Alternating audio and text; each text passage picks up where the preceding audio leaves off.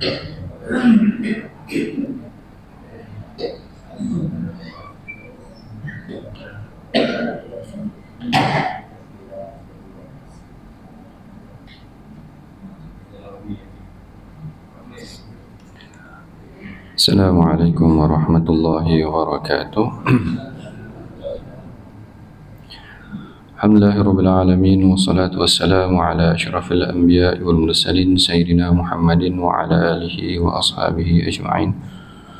Subhanaka la ilma lana illa ma 'allamtana innaka antal alimul hakim. Rabbi shrah li sadri wa yassir li amri wahlul 'uqdatam min lisani yafqahu qawli, amma ba'd.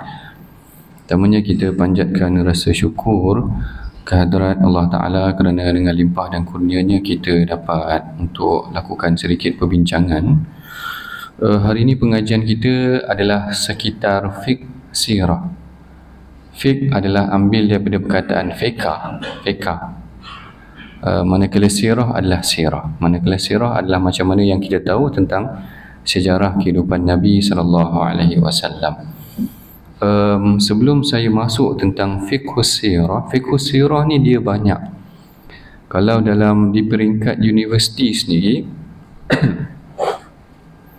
dia sebenarnya adalah karangan daripada para ulama, ataupun sebenarnya penggunaan fiqh sirah ni adalah penggunaan istilah moden yang cuba untuk menapis peristiwa-peristiwa daripada sirah Rasulullah dan kemudian diekstrak jadi macam-macam teori untuk disesuaikan dengan pendidikan zaman moden.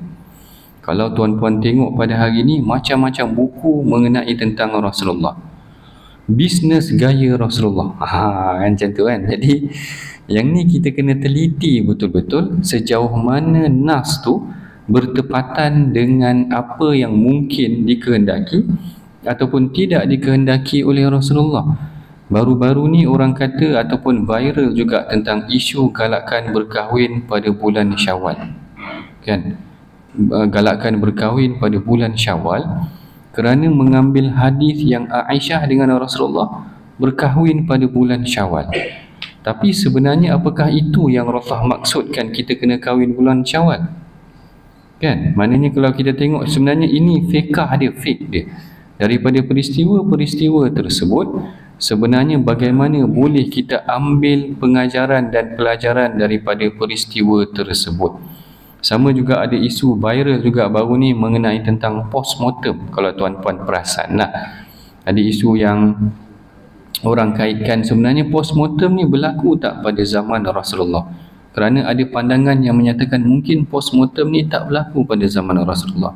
Ia hanyalah istilah yang digunakan oleh pihak barat.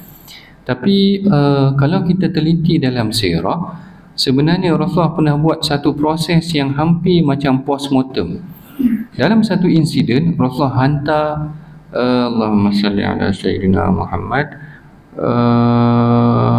Abdullah bin Jahshi, saudara Rasulullah juga yang mempunyai pertalian dengan Rasulullah, dalam satu operasi yang dinamakan sebagai operasi Nakhlah. Kita panggil Syariah Nakhlah. Sebelum berlaku perang Badar, sebenarnya banyak operasi peperangan telah berlaku.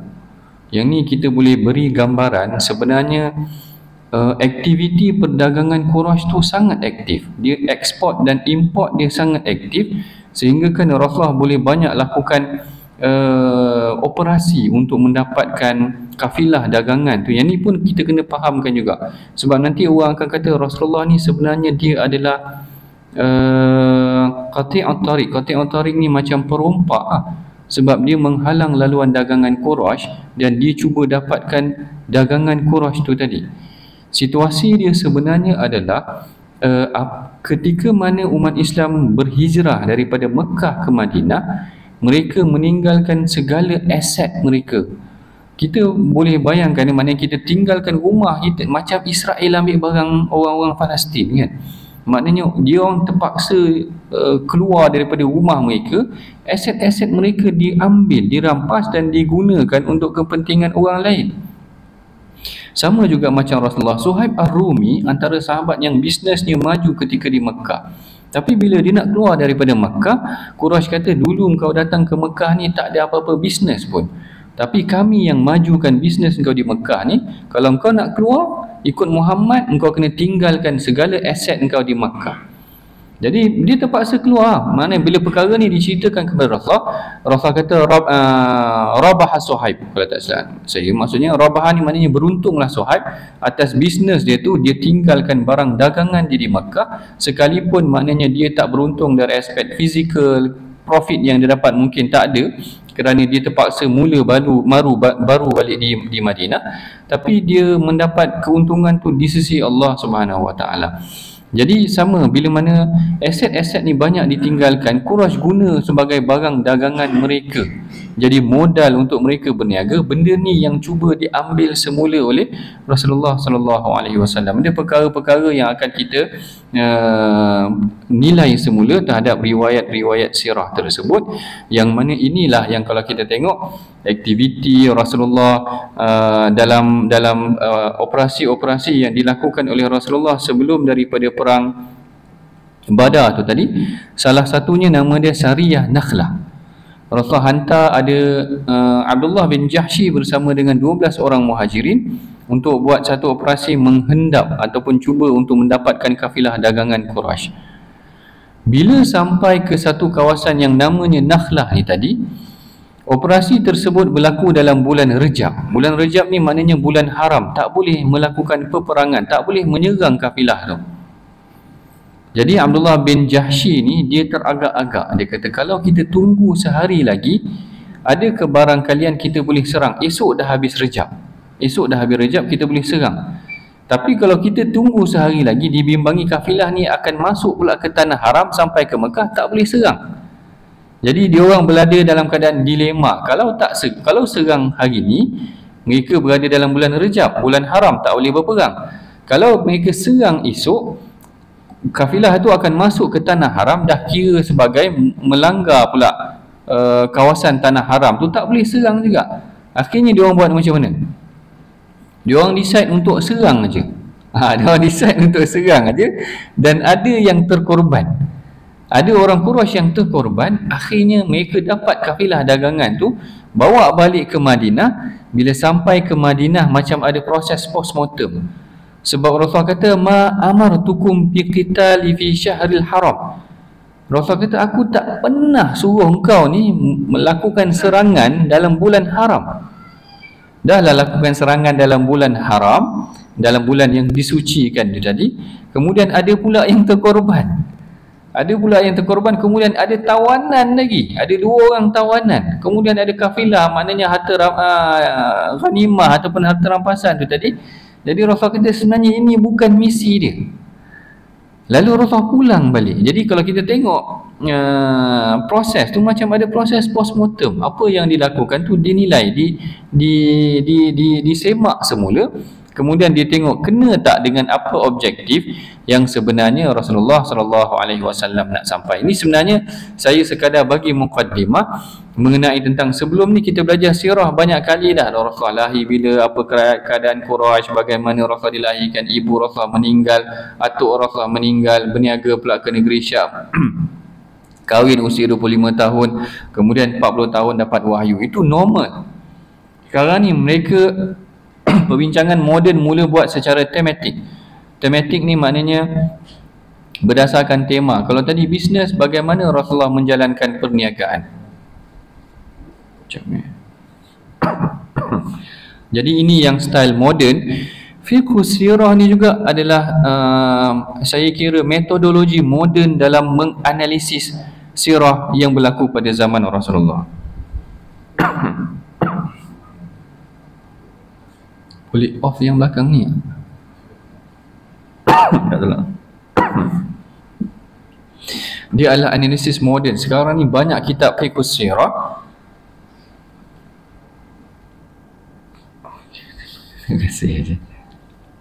Banyak kitab fiqh sirah, yang mana kitab-kitab fiqh sirah ni dia merujuk kepada insiden-insiden yang berlaku pada zaman Rasulullah. Saya kena ambil topeng ni. Minum sikit saya minta maaf.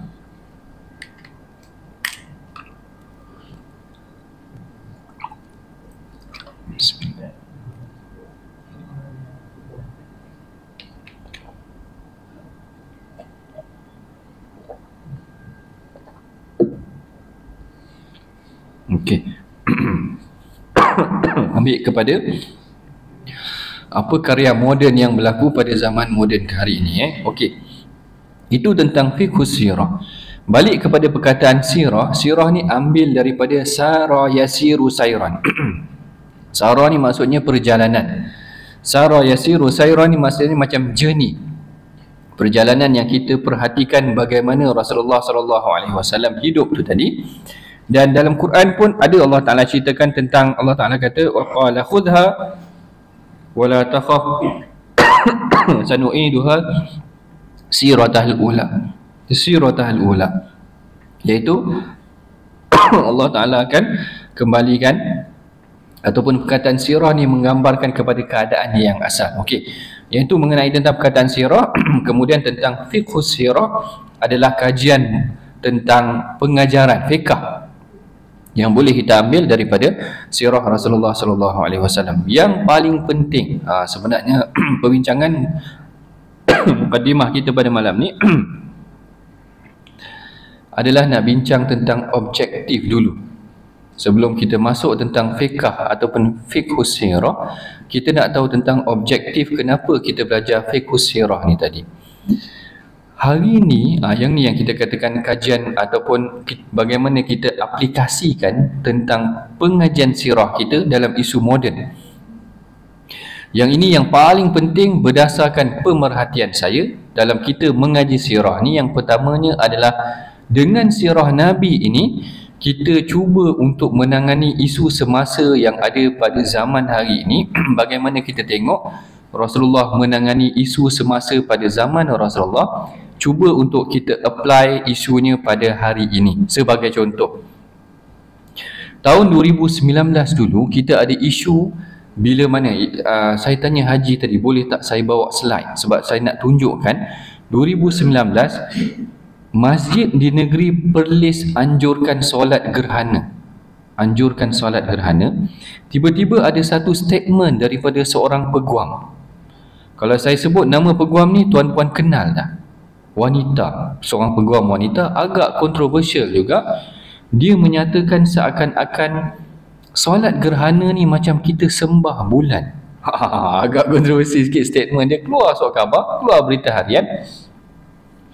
Dan memang kita jawab pun, dalam berita harian pun kita argue balik, tak ada kaitan pun solat gerhana ni dengan penyembahan berhala.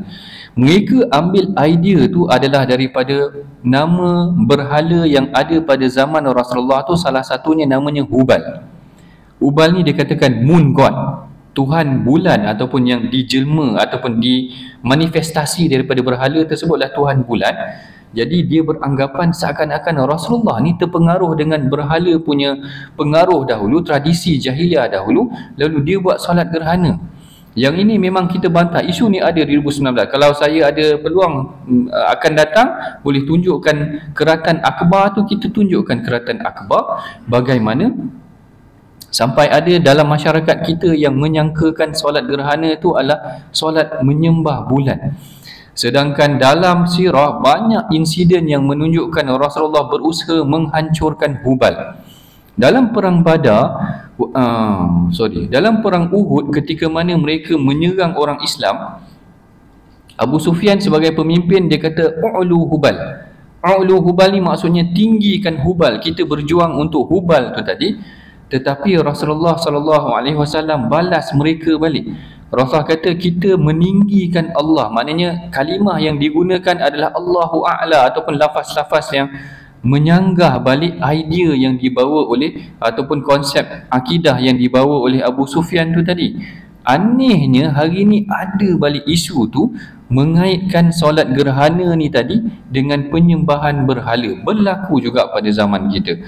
Hari ni juga berlakunya isu salah faham mengenai tentang LGBT sangat serius. Sebab tu kalau saya boleh tunjukkan kepada tuan-puan, saya nak tunjukkan slide ataupun satu keratan ataupun status dalam Facebook yang seorang kita beranggapan, saya anggap dia Muslim lah sebab nama macam Muslim, beranggapan sebenarnya Nabi Daud itu sendiri adalah golongan gay. Jangan terkejut pula perkara ni. Itu masalah ni, sebab kita tak, kalau saya ada, saya boleh tunjukkan kepada tuan-puan slide mengenai tentang perkara tu yang ideanya sebenarnya diambil daripada Bible. Yang mana kalau kita tengok perkara ni sangat bercanggah dengan apa yang dibawa di dalam Al-Quran, tak kiralah sama ada sirah para Nabi ataupun sirah Rasulullah itu sendiri dalam isu-isu yang berkaitan dengan sedemikian. Ataupun kalau kita kembali pada isu zaman ni, isu buang bayi katakan, kalau ikutkan statistik daripada Bukit Aman, setiap sebulan akan ada sekurang-kurangnya 4 kes buang bayi. Yang ni kita pernah bentang waktu sebuah rancangan TV dekat TV Hijrah tentang statistik buang bayi pada setiap bulan ni. Dia konsisten, tak kata berkurang, dia berkurang pada musim PKP. Mana ada bagus juga COVID tu, aktiviti tu boleh menurunkan tentang kes buang bayi, tapi isu buang bayi masih lagi konsisten. Tak boleh selesai masalah buang bayi ni tadi. Berlaku pada zaman Rasulullah lebih ekstrim, makna mereka tanam anak perempuan. Sampai Allah Ta'ala kata wal mau'udatu su'ilat bi ayyi dzambin qutilat, dan anak perempuan yang ditanam tu tadi, dengan dosa apa mereka tu ditanam, bi ayyi dzambin qutilat. Makna anak perempuan, maknanya konsep tu ada pada zaman Rasulullah, ada juga pada zaman hari ni. Bagaimana kita menangani isu-isu pembuangan bayi kalau ada kaedahnya di dalam Al-Quran dan di dalam sirah itu sendiri. Bagaimana tegas Rasulullah dalam menangani isu-isu zina dan sebagainya, menyanggah ataupun menutup ruang daripada perkara-perkara kerosakan ini sendiri berlaku. Sama juga dengan isu-isu yang lain. Kalau kita tengok pada hari ini, sebenarnya daripada sirah banyak perkara yang mungkin kita belajar, yang ni kita katakan fiqhus sirah, fiqh daripada sirah Rasulullah sallallahu alaihi wasallam tersebut. Bagaimana komunikasi Rasulullah ataupun bagaimana Rasulullah menangani isu yang berlaku pada zaman hari ini. Sekarang ni macam-macam sebenarnya. Kalau kami di USIM tu ada kajian tentang isu buli, bagaimana Rasulullah menangani buli itu sendiri. Ataupun kita panggil sebagai apa kita panggil, yang macam physical harassment ni, maknanya orang apa, kita bukan sexual harassment, physical ni dia panggil orang dengan panggilan yang tak elok. Mana kalau orang gemuk dia panggil gemuk, katakan macam tu kan. Benda yang tentang physical ni Rasulullah sebenarnya very sensitive. Apa shaming, shaming kan, tentang body shaming, body shaming. Body shaming ni dalam banyak insiden, banyak sebenarnya hadis ataupun yang ditegur oleh Rasulullah. Kalau tuan-puan ingat Abdullah bin Mas'ud. Abdullah bin Mas'ud ni orang dia sangat kurus. Dalam riwayat kata nahif. Nahif ni maknanya sangat kurus. Bahkan bila mana satu hari Rasulullah suruh ambil pohon arak punya kayu. Pohon arak ni maksudnya kayu yang dibuat untuk bersugi, untuk Abdullah bin Mas'ud capai dan panjat. Bila dia naik, maknanya bila angin tiup, jubahnya sedikit terselak. Lalu nampak lidiqqati saqaihi, nampak halus dia punya betis. Jadi kena gelak dengan kawan-kawan dia, dengan sahabatnya lain. Lalu Rasulullah marah. Rasulullah kata la saqaihi athqala min jabalin Uhud. Maknanya dua betis yang halus tu tadi lebih berat daripada gunung Uhud. Tuan-puan pernah pergi Madinah kan, gunung Uhud besar mana? Gunung Uhud ni macam banjaran. Tetapi Rasulullah bertegas dekat situ, menegur sikap yang suka body shaming ni tadi ataupun menggelakkan orang lain atas perihal tubuh mereka. Ada seorang sahabat ni lagi keras. Kerana dia bukan sahaja macam mana saya nak cakap merendahkan sahabat tersebut, bahkan merendahkan ibu dia sekali.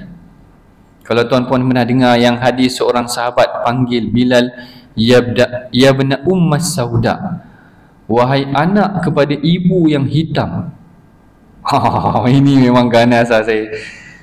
Makna point dia bukan kau hitam, mak kau pun hitam. Kalau orang Melayu mak kau hijau kan? Orang Melayu panggil mak kau hijau. Saya pun tak tahu mana datang mak kau hijau ni. Jadi adalah video viralnya. Tapi itu keras tuan-puan, sebab dah panggil mak orang lain kan. Dia dah keras lah, keras. Rasulullah punya marah. Rasulullah kata pada sahabat ni, inna fika mri'in jahiliyah. Rasulullah kata dalam jiwa engkau tu masih lagi ada saki-baki jahiliyah. Maknanya tak boleh kita cerca orang lain, tak boleh kita rendahkan dia kerana fizikal dia. Ada beberapa hadis yang menunjukkan memang Rasulullah sebenarnya sensitif.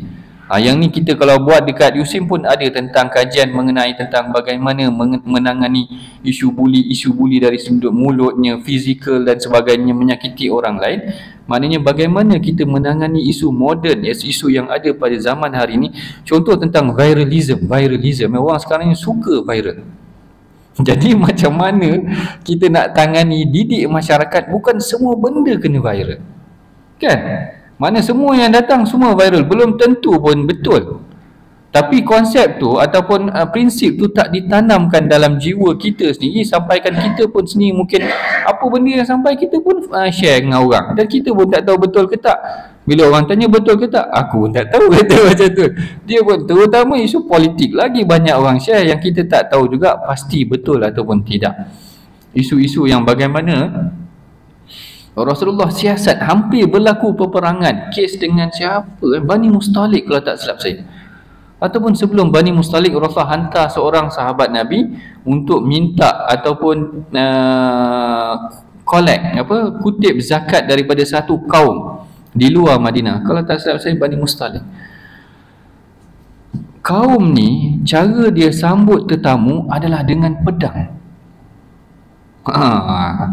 Kalau sebahagian culture satu kaum, memang dia bangga dengan dia punya senjata, kan. Kalau kita pergi ke Afghan ke sekarang lah, dulu mungkin tak, orang datang dengan rifle ataupun dengan M16. Kalau kita tengok mungkin kita, ini nak tembak aku ke nak sambut aku, tapi dia berbangga dengan senjata dia. Jadi kaum yang didatangi oleh sahabat ni, dia bersedia dengan tombak dan pedang dia. Maksudnya itu memang tradisi dia menyambut tetamu tu tadi dengan senjata. Tapi sahabat ni ingat, oh ini datang nak serang aku. Ya, sebab tengok daripada jauh macam nak serang, sebab dia ready dengan pedang dan tombak mereka. Jadi bila sahabat ni sampai, dia tengok keadaan sedemikian, dia patah balik. Bagi tahu kepada Rasulullah, dia kata kaum ni tak nak bayar zakat. Macam tu. Kaum ni tak nak bayar zakat sebab appearance dia macam tu. Dia datang dengan senjata tu tadi. Dia datang dengan senjata. Lalu, kalau ikutkan, Rasulullah boleh pergi serang je. Kerana mereka ni golongan yang mungkiri zakat, golongan yang tak nak bayar zakat. Zaman Abu Bakar serang terus golongan yang tak nak bayar zakat ni, kena serang. Kerana dia menafikan rukun Islam. Rukun Islam kan, zakat kan. Mana mereka menolak rukun Islam, Abu Bakar serang. Tapi Rasulullah siasat dulu, betul ke? Betul ke dia orang ni tak nak bayar dan sebagainya? Rasulullah hantar Khalid. Kalau tak silap saya, Khalid yang Rasulullah hantar. Khalid ni orang dia berani, datang dengan senjata, aku datang dengan senjata lah, macam tu. Khalid orang dia berani, Khalid Al-Walid, panglima, sambut dengan senjata, aku pun ada senjata juga, macam tu. Tak takut, pergi. Memang dia kata dia lari, bukannya kami yang serang dia. Bukan keadaan dia begitu. Jadi nasib, saya nak cerita macam mana Rasulullah pastikan dulu perkara tu tadi, jangan sampai dia salah maklumat terhadap apa yang sampai kepada dia. Kalau salah maklumat tu tadi, serangan yang berlaku lepas daripada itu akan membinasakan. Sama macam kes yang Abdullah bin Jahsy tu tadi. Serangan yang kalau salah maklumat ataupun salah keputusan yang berlaku. Jadi isu-isu yang semasa pada hari ini, isu masyarakat suka viral, isu tentang buang bayi tu tadi, isu tentang isu LGBT ni saya dah pernah cerita kot pada tuan-puan. Yang kalau saya cerita, kalau tak silap dalam Ramadan baru ni yang saya terpanggil ataupun saya dijemput untuk satu seminar di USM ataupun satu seminar di sebuah hospital tentang HIV positif punya seminar, menghimpunkan kaunselor, menghimpunkan pegawai-pegawai perubatan, bincang tentang isu HIV yang makin meningkat, dan pattern dia bukan pattern jarum dadah hadap. Pattern dia adalah pattern lelaki dengan lelaki. Homoseksual ni menyumbang antara penyumbang yang tertinggi dalam isu HIV ni tadi. Dan termasuklah yang Muslim itu sendiri. Kalau ramai-ramai termasuk yang Muslim tu tadi. Isu tu isu yang sangat serius.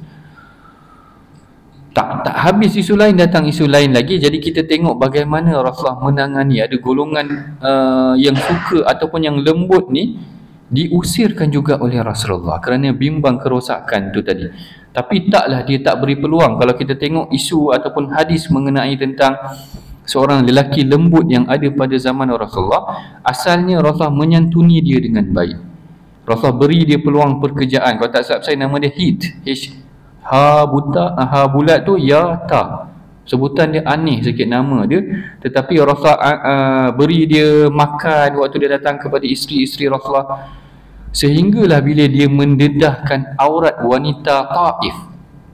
Kalau dalam hadis tersebut, orang yang lembut ni, minta maaf saya nature je lah, nature dia orang yang lembut ni dia mudah bergaul dengan wanita, sebab dia tak berapa sangat dengan lelaki, dia mungkin senang dengan perempuan. Sehingga ada satu hari bila dia berada di rumah Rasulullah dengar dia cerita tentang perempuan Taif. Maknanya dia mendedahkan keadaan tubuh wanita. Maknanya sebab dia mungkin biasa duduk dengan perempuan, dia cerita, oh perempuan ni macam ni, rambut dia macam ni. Jadi perkara tu menyebabkan Rasulullah kata jangan lagi lepas ni dia ni ada dalam rumah ni.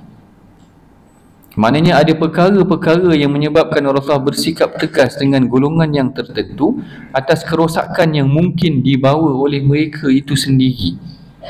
Jadi ini sama juga, kadang-kadang bukanlah kita kata berlaku pengasingan pemulauan. Kalau kita ikutkan, sebenarnya kita secara normalnya Rasulullah pada asalnya memberi mereka peluang pekerjaan dan sebagainya, bagi dia orang makan dan sebagainya, kerana yang dia ni memang golongan yang susah. Tapi kalau ada perkara yang menyebabkan perlu diasingkan, perlu diasingkan. Kalau kita tengok dalam kes yang sedemikian, macam-macam berlaku mengenai tentang isu-isu sedemikian. Ini yang pertama, mengenai tentang objektif pengajian sirah tu sendiri adalah bagaimana kita boleh ekstrak daripada peristiwa tersebut apa yang boleh kita apply dalam isu semasa kita hari ini, menyelesaikan masalah-masalah yang mungkin boleh berlaku pada zaman hari ini. Kemudian yang keduanya adalah mengenai tentang mempelajari pendekatan Rasulullah dengan masyarakat Muslim. Yang ini komunikasi Rasulullah dengan para sahabat berbeza-beza. Berbeza-beza. Kalau kita tengok, Rasulullah pernah duduk makan dengan Umar bin Abi Salamah, seorang kanak-kanak yang makan, budak-budak kan makan bersepah, makan berterabur. Lalu yang ni yang datangnya hadis, Rasulullah kata, ya gulam samillah, wahai budak, baca bismillah, wakul biyaminik, makan dengan tangan kanan, wakul mimma yalik, makan dengan apa yang lebih dekat. Tak menjangkau terus. Lauk tu nampak kambing ada kat sana, ambil yang jauh dulu, yang dekat dia tak nak ambil yang sedap aja dulu, yang tak kena dengan dia. Sama juga dengan Al-Aqra' bin Habis. Al-Aqra' bin Habis ni seorang sahabat tetapi Badawi. Badawi ni saya rasa jiwa dia memang sangat keras, tuan-tuan. Kerana Al-Aqra' bin Habis ni, dia kata bila dia tengok Rasulullah cium Hasan, tuan-tuan tahu dah kisah ni, tapi saya dah just nak ulas balik. Al-Aqra' bin Habis ni dia heran tengok Rasulullah cium Hasan dan Husain. Dia normal, jiwa normal, kita akan tak tahan dengan budak-budak. Ada satu hari Rasulullah berada atas mimbar, Rasulullah turun mimbar kerana Hasan dan Husain datang dengan baju warna merah. Gambaran dia macam budak-budak yang comel-comel ni datang dengan baju yang warna dia striking. Dia macam dia jelas lah, dia punya comel budak-budak tu lebih jelas. Jadi Rasulullah turun daripada mimbar dan Rasulullah angkat dua budak Hasan Husain. Tadi Rasulullah kata aku tak tahan tengok budak-budak ni. Dia suka, mana Rasulullah suka dengan kanak-kanak tu tadi. Dan bila Rasulullah cium Hasan dan Husain, Al-Aqra' rasa hairan. Ni style Badawi dia kot. Dia kata aku ada 10 orang anak, aku tak cium dia orang ni. Agak Badawi ni agaknya hidup yang di padang pasir. Ada setengah jiwa Arab ni, bukan Quraisy saja. Arab ni sendiri kalau kita tengok memang ganas-ganas betul. Kalau kita tengok macam kaedah muslah ataupun tamsil ni, dia ada dalam sirah akan ada cerita kaedah tentang muslah ataupun tamsil. Muslah ataupun tamsil ni maksudnya beri contoh. Kalau kau perang dengan kami, kau kalah, kami akan bagi contoh. Contoh dia macam mana? Dia akan gobik telinga, dipotong telinga ni, dia boleh buat rantai. Kalau tuan-puan tengok dalam perang Uhud kan, Saidina Hamzah kena gobik hati dia kan. Kan bukan senang kita ni nak jadi seorang yang dah bunuh orang, robek pula hati dia, korek hati dia, cari dia punya jantung ke ataupun hati dia tu tadi. Tapi Quraisy ada. Sebab tu ada sebahagian perang, sahabat ni dia tak kenal mana ayah dia, kerana memang dah dirobek-robek. Dia ada kaedah dia macam tu, agak keras ataupun agak kasar kehidupan mereka tu tadi, kerana nak, dia kata kalau kau perang dengan kami, kalau kau kalah memang habis, muslah ataupun tamsil. Ni adalah kaedah beri pengajaran tu tadi. Jadi tak heran pun kalau ada jenis Quraisy ataupun ada jenis Arab yang macam Al-Aqra' tu tadi,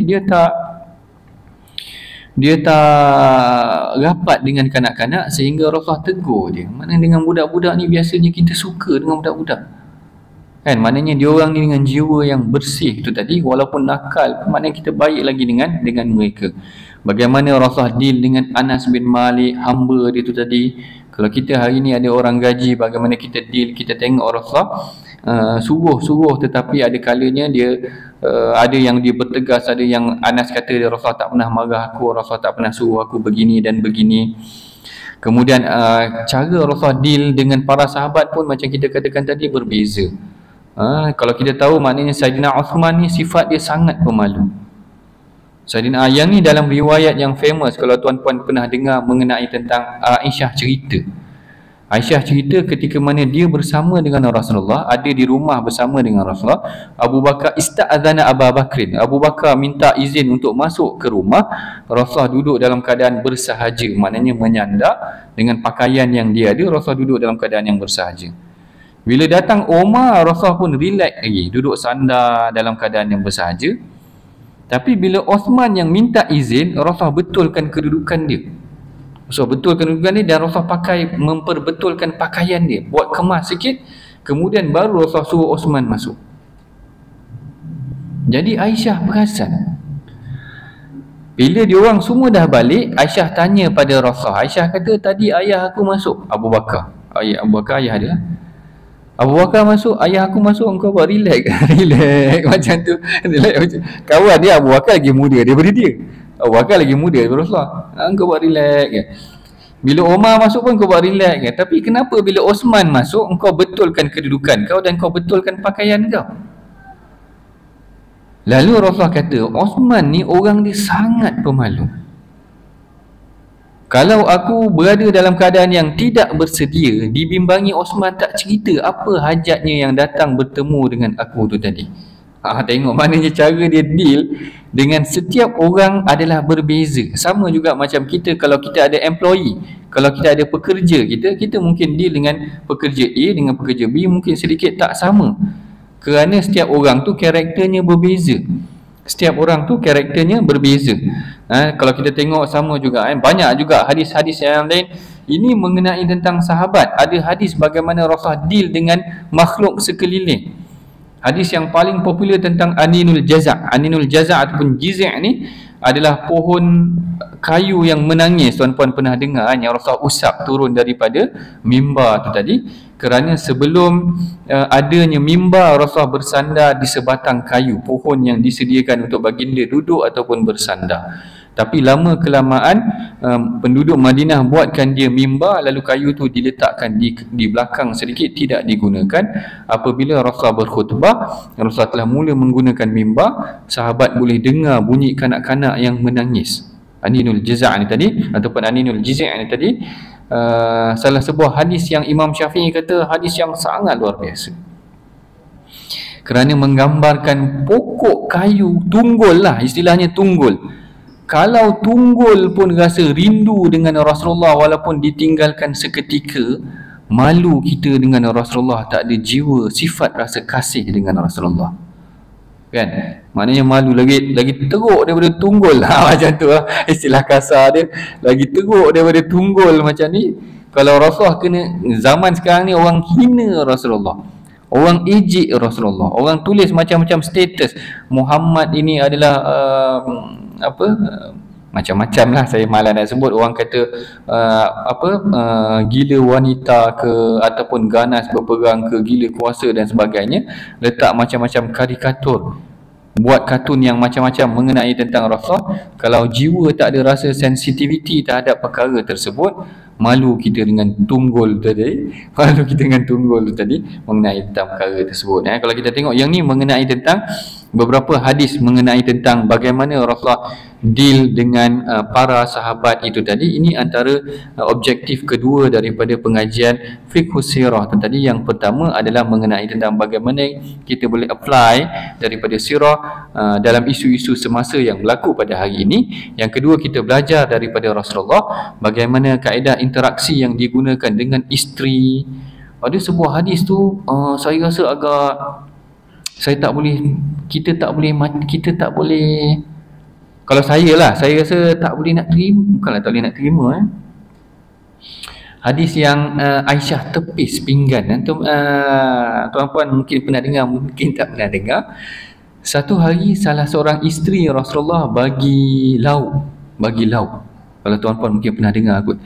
Lalu lauk ni diberikan kepada seorang hamba untuk hantar kepada Rasulullah. Dalam rumah Rasulullah tu tadi ada sahabat yang lain dan ada Aisyah. Bila lauk tu nak dilalukan, lauk tu nak dibawa masuk ke rumah Rasulullah ataupun dah dilalukan dalam rumah Rasulullah, Aisyah tepis pinggan tu. Saya nak cerita segan. Aisyah tepis pinggan tu sehingga jatuh dan pecah. Dan Rasulullah kata gharrat ummakum ataupun gharrat ummukum, ibu kamu jealous. Ibu kamu tu Aisyah lah. Maknanya ialah yang jealous ni, jealous lah siapa yang kahwin. Ada yang kahwin 2 sini, kahwin 2 ke kahwin 3. Mungkin saya boleh tanya bagaimana perasaan kalau isteri yang lain hantar makanan, tiba-tiba isteri yang ada dalam rumah kita pergi tepis. Tapi macam mana dia boleh sabar?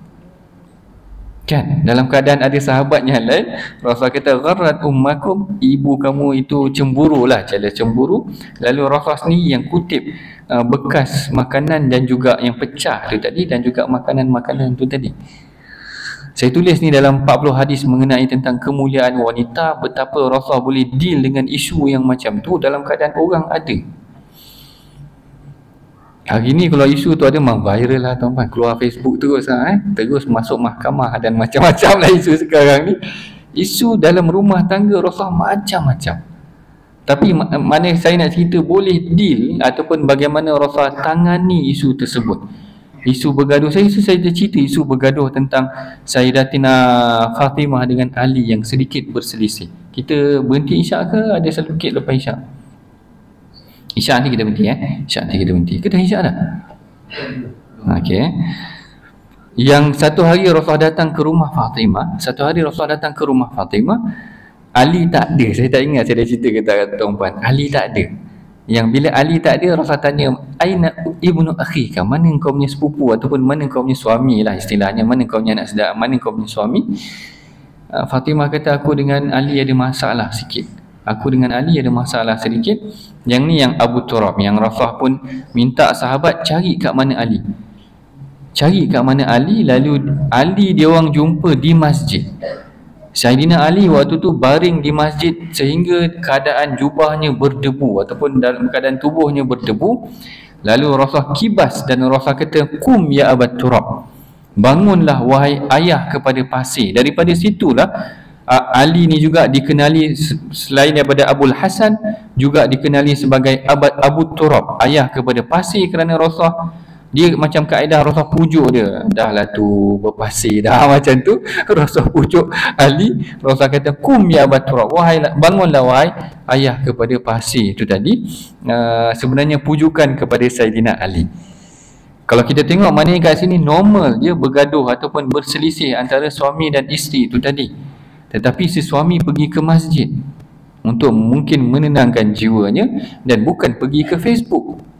Bukan pergi ke Facebook viralkan isu-isu yang berlaku dalam rumah tangga, tak selesai pun apa-apa masalah yang berlaku. Isu tu adalah ditangani oleh Rasulullah juga dengan memujuk ataupun meredakan kedua-dua keadaan tu tadi. Kalau masuk dalam Facebook, orang tak reda kan, orang lagi menyimbah macam-macam lah. Semua orang ada teori masing-masing, semua orang akan jadi pakar. pakai rumah tangga tu tadi. Itu yang kedua mengenai tentang bagaimana objektif pengajian fiqh sirah tu juga tadi. Yang pertama menyelesaikan isu masyarakat, yang keduanya adalah melihat bagaimana komunikasi Rasulullah dengan para sahabat tu sendiri atas perincian yang kita tengok. Yang ketiganya sebenarnya adalah isu dengan non-Muslim. Kita kalau hidup di Malaysia ni sebenarnya banyak urusan juga dengan non-Muslim. Kalau dulu waktu zaman PKP kot, kita ada isu tentang BMF kan, Buy Muslim First kan. BMF kan, maknanya boleh tak kita menyokong konsep Buy Muslim First ni tadi, ataupun sebenarnya tak boleh. Sebab kat sini berselisih. Saya setuju kepada boleh. Saya minta maaf kalau tuan-tuan tak setuju pada saya. Tapi saya duk ingat waktu zaman Madinah dulu, yang monopoli ekonomi sebenarnya memang Yahudi. Sehingga yang memonopoli pasar-pasar penting di Madinah ni memang orang-orang Yahudi. Dan Rasulullah nampak dah monopoli ekonomi yang berlaku. Yahudi Bani Quraizah, yang pertamanya yang Rasulullah serang tu tadi adalah memang mereka ni menguasai beberapa industri yang berat pun. Kalau tak silap saya, apa yang pertama tu? Qainuqa, sorry. Kan insiden yang pertama berlaku di pasar Bani Qainuqa. Maknanya Yahudi ni dia memang ada market dia sendiri. Orang Islam waktu tu tak ada pun. Quraizah pula ada, di Khaybar ada dia punya tanaman, mana agriculture. Setiap Yahudi menguasai industri yang tertentu di Madinah. Ada yang pegang industri, maknanya yang di Madinah itu adalah dengan penempaan besi ataupun senjata. Maknanya senjata berat ataupun penempaan barang-barang besi, apa semua tu berlaku di pasar Bani Qainuqa itu tadi. Dan bila melihatkan dominasi golongan yang tertentu ni, umat Islam kena kuasai ekonomi. Lalu Rasulullah kata kita akan buat pasar kita sendiri, market kita sendiri. Apa yang berlaku? Yahudi robohkan pasar tu. Kalau tuan-tuan tengok dalam riwayat As-Samhudi, memangnya Yahudi pun tahu kalau nak kuat kena pegang ekonomi, kena monopoli ekonomi itu sendiri. Jadi Rasulullah cuba pecahkan monopoli ekonomi. Yang tu pertama, Rasulullah cuba buat market untuk umat Islam sendiri, ada pasaran mereka sendiri. Kalau kita berniaga sesama kita, kita pun untung sesama kita. Mana macam tu, mana teori basic sahaja kan, mana kita sendiri support sesama Muslim kita itu sendiri. Kalau tuan-puan masih ingat bagaimana Saidina Uthman berusaha untuk mendapatkan sumber air untuk umat Islam, beli telaga kan. Yang kes beli telaga tu sebenarnya cita-cita Rasulullah juga, kalau sesiapa yang boleh dapatkan sumber air. Kerana telaga waktu tu pun dipegang oleh pemilik-pemiliknya yang ada modal daripada Yahudi itu sendiri. Lalu Saidina Uthman berjumpa dengan pemilik telaga tu, dia kata aku nak beli separuh daripada nilai telaga, ataupun kalau hari ni separuh daripada share telaga tu lah tadi. Mana nak beli semua tak mampu. Jadi Uthman kata aku nak beli share telaga ni tadi. Jadi Yahudi tu setuju. Yahudi tu kata hari ni aku ambil air, esok kamu ambil air. Maknanya gili-gili ambil air. Itulah yang digambarkan sebagai pemilikan tersebut. Tapi Saidina Uthman bijak. Uthman kata jangan ambil air pada hari Yahudi tu tadi, ambil air pada hari aku aja. Faham tak? Maknanya umat Islam kalau dia memerlukan air, dia ambil air pada hari Saidina Uthman punya turn sahaja. Kalau Yahudi tu nak jual air daripada esok hari, tak ada orang datang. Kerana mereka dah ambil pada turn Saidina Uthman aja. Uthman mungkin bagi free, diwakafkan saja. Jadi Yahudi tu rasa rugi lah, sebab tak ada orang pun pergi dengan dia. Akhirnya Yahudi tu jual telaga tu pada Saidina Uthman, sumber air pun dapat kembali ataupun dapat dikuasai oleh orang Islam. Maknanya dengan yang kita tengok bagaimana walaupun ada beberapa industri ataupun ada beberapa bahagian di Madinah tu dipegang oleh orang Yahudi tu tadi, bila Rasulullah datang, Rasulullah cuba pecah monopoli tu tadi. Dengan pertaniannya, agriculture tadi, dengan industri persenjataan tu tadi, dengan sumber-sumber air tu tadi. Abu Talha ada telaga dia sendiri. Kalau tuan-puan tengok Saidina Salman Al-Farisi, Salman Al-Farisi ni sebenarnya dia datang ke Madinah sebelum perang Badar lagi. Tapi dia tak dapat pergi perang Badar. Kalau tuan-puan baca sirah dia tak dapat pergi perang Badar kerana dia datang ke Madinah tu sebagai seorang hamba.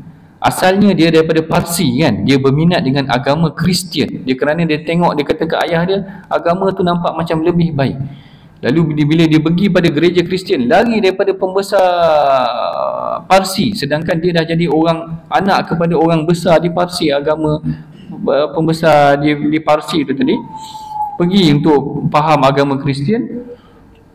Tapi pendeta Kristian, paderi Kristian pula kata nanti akan muncul seorang Nabi, cari Nabi itu.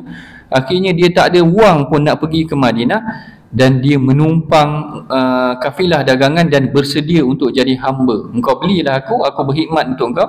Akhirnya dia datang ke Madinah sebagai seorang hamba, dan dia bertugas, dia berkhidmat ataupun jadi hamba kepada seorang Yahudi. Kalau tuan-puan Mazra'ah Salman, betul lah, kalau tuan-puan pergi Madinah sekarang ni, ada satu kawasan dinamakan sebagai Mazra'ah Salman, ladang Salman tu tadi, yang mana Salman ni nak sangat pergi jihad tapi tak lepas-lepas lagi, kerana dia memang berada di bawah, dia hamba kepada Yahudi itu tadi. Yahudi tu kata kalau kau nak bebas, nak sertai perang umat Islam dan nak jadi bebas, kau kena tanam berapa ratus batang pohon lah. Mana yang macam mustahil lah syarat tu. Syarat tu saja letak je lah, nak bagi memang tak boleh juga.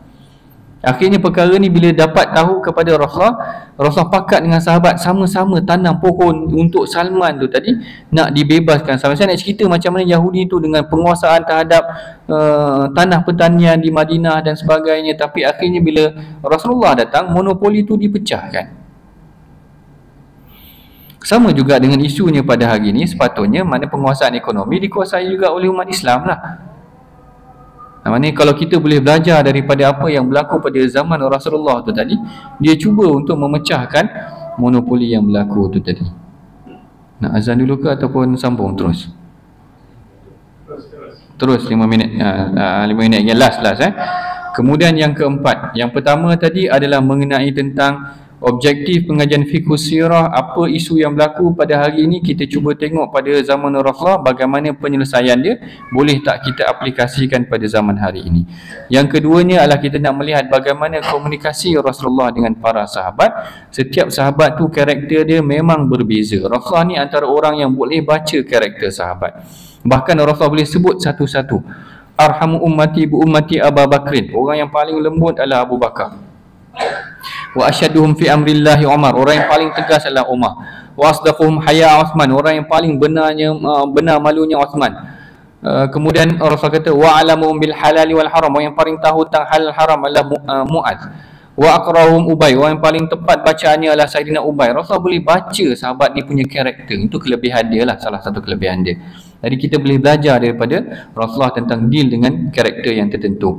Yang ketiga, kita tengok pengajian kita terhadap fiqh sirah ni, bagaimana kita deal dengan golongan non-Muslim. Yang tadi kita sebut dari aspek ekonominya, kemudian kita sebut dari aspek berbuat baik dengan mereka tak jadi masalah. Jangan sampai pula timbul isu rasisme dan sebagainya, kerana Rasulullah menghormati golongan non-Muslim yang berada di Madinah itu sendiri.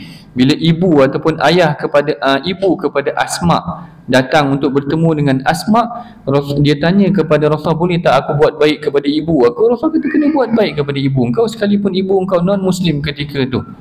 Dan ramai sahaja sahabat yang Rasulullah suruh buat baik dengan non-Muslim itu tadi. Bahkan Abdullah bin Amr ni bagi hadiah kepada jiran dia yang non-Muslim. Tak salah. Kalau tuan-puan ada jiran yang non-Muslim, Chinese ke Indian ke, kalau nak bagi tak jadi masalah. Abdullah bin Amr pernah bagi, bahkan masakan dia, lauk dia, itu adalah hak jiran juga yang perlu. Bahkan ambil pekerja dan bekerja dengan non-Muslim pun tak jadi masalah. Kerana Rasulullah pernah mengupah Abdullah bin Uraiqid, seorang non-Muslim, untuk jadi penunjuk jalan ketika zaman hijrah, ketika nak berhijrah. Bahkan Rasulullah dikatakan pernah mengupah Yahudi Khaybar untuk isu-isu tanaman di Madinah dan sebagainya. Ini adalah deal Rasulullah, komunikasi Rasulullah, interaksi Rasulullah dengan non-Muslim. Dan yang keempat dia, sebenarnya kepentingan pengajian fiqh sirah ni juga adalah untuk menjawab salah faham yang berlaku dalam masyarakat. Hari ni apa yang orang tak tuduh Islam? Macam saya sebutkan tadi kan, orang tu apa yang digambarkan tentang pengganas semuanya Arab. Kalau dalam filem moden, orang putih gambarkan teroris ni semua yang pakai serban, ini sebenarnya adalah mesej yang kita panggil subliminal, maknanya mesej indirect. Lama-lama orang fikir memang orang Islam tu jahat atau mengganas. Bila dia buat tak ada apa pun. Oh ini isu mental dia pandai pula ni, masalah mental, masalah sampai umat Islam ini teroris, terus teroris. Ini isu ni kalau kita tengok ada seorang Yahudi yang nama dia yang ceritakan tentang ayat-ayat tentang perang dalam Quran, semuanya adalah atas dasar tekanan berlaku. Udhina lilladzina yuqataluna bi annahum zulimu. Arahan pertama untuk jihad adalah kerana mereka dizalimi, bukan suruh suka-suka serang. Bahkan kemudian dia kalau memaafkan mereka lebih baik. Yang ni adalah banyak salah faham yang berlaku. Ada yang kata sebenarnya Rasulullah tulis Quran ni adalah kerana informant. Informant ni maksudnya ada orang yang bagi maklumat kepada Rasulullah tentang konten Bible. Konten Bible dengan konten Quran tu dikatakan similar. Tapi yang ni susah nak cerita kat sini. Kalau ada masa saya cerita tentang similarity. Dulu saya punya supervisor pun first question yang dia tanya, saya punya PhD supervisor saya adalah orang putih. Saya buat PhD dulu di Birmingham. Profesor David Thomas nama dia. Isu yang tak boleh nak jawab waktu tu, dia tanya siapa, who is the author of the Quran? Siapa yang karang Quran? Tu dia tanya saya pun blur kejap. Apa aku nak jawab ni? Sebab dia pun tak beriman, dia memang tak beriman lah. Kita nak explain, tak apalah, itu isu dah selesai, dah habis PhD dah pun, dah kerja dah kat Malaysia ni. Degreenya di Azhar. Waktu Azhar kita belajar tak ada apa masalah pun kan. Tapi bila buat PhD belajar, ialah dah dihantar ke sana. Fakulti pun hantar kerana nak kaji tentang Orientalism, bagaimana Barat faham tentang Islam. Kemudian kontroversi perkahwinan Rasulullah. Ada yang kata Rasulullah kahwin dengan kanak-kanak, macam mana ni semua. Ini semua adalah pengajian yang perlu kita tekuni, pelajari dalam sirah ni supaya tidak berlaku salah faham terhadap Rasulullah SAW. Yang ni adalah satu pengajian yang asas. Cucu kepada Sayyidina Hasan ataupun Ali berkata, dia kata kunna nata'allamu sirah ataupun kunna nata'allamul maghazi. Dulu dia panggil maghazi, istilah sirah ni kemudian. Dulu kami mempelajari maghazi ataupun sirah ni, kami diajar mengenai tentang maghazi dan sirah ni sebagaimana kami diajar dengan tentang Al-Quran. Maknanya macam mana kita didik anak kita tentang Al-Quran, begitulah sepatutnya kita ajar mereka tentang sirah. Mahirkan dia dengan sirah, bukan dia banyak lagi tahu tentang tarikh lahir Cristiano Ronaldo. Macam saya nak sebut, takut salah. Dia lagi tahu tentang Messi ke apa benda semua. Tanya tentang sahabat tak tahu pula. Apa agak ni tuan-tuan ya. Tahu kalau tanya tentang artis lagi terror, malulah kita. Jadi ini adalah objektif mukaddimah pengajian fiqh sirah kita. InsyaAllah kalau ada rezeki lagi kita bertemu lagi pada sesi yang akan datang. Assalamualaikum warahmatullahi wabarakatuh.